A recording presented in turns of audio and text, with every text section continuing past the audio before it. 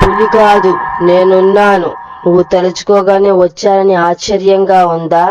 నాకు సోమరిపోతులంటే మహా ఇష్టం. 6 ఏళ్ల పాటు నేను నీ బానిసగా ఉంటాను. నీకేం కావాలన్నా ఇస్తాను. నువ్వు నా షరతులకు ఒప్పుకోవాలి. 6 ఏళ్లు మాత్రమే.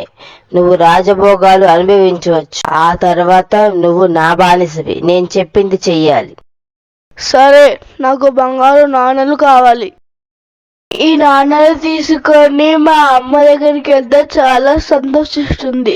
మా అమ్మ నన్ను ఎందుకు పనికిరాని వాడివని తిట్టేది. ఇప్పుడు ఈ నాణేలు చూసి మా అమ్మ నన్ను ఎంతో గొప్పవాడివని అనుకుంటుంది. శివుడి ఇంటికి వెళ్ళి జరిగిందంతా తల్లితో చెప్పాడు.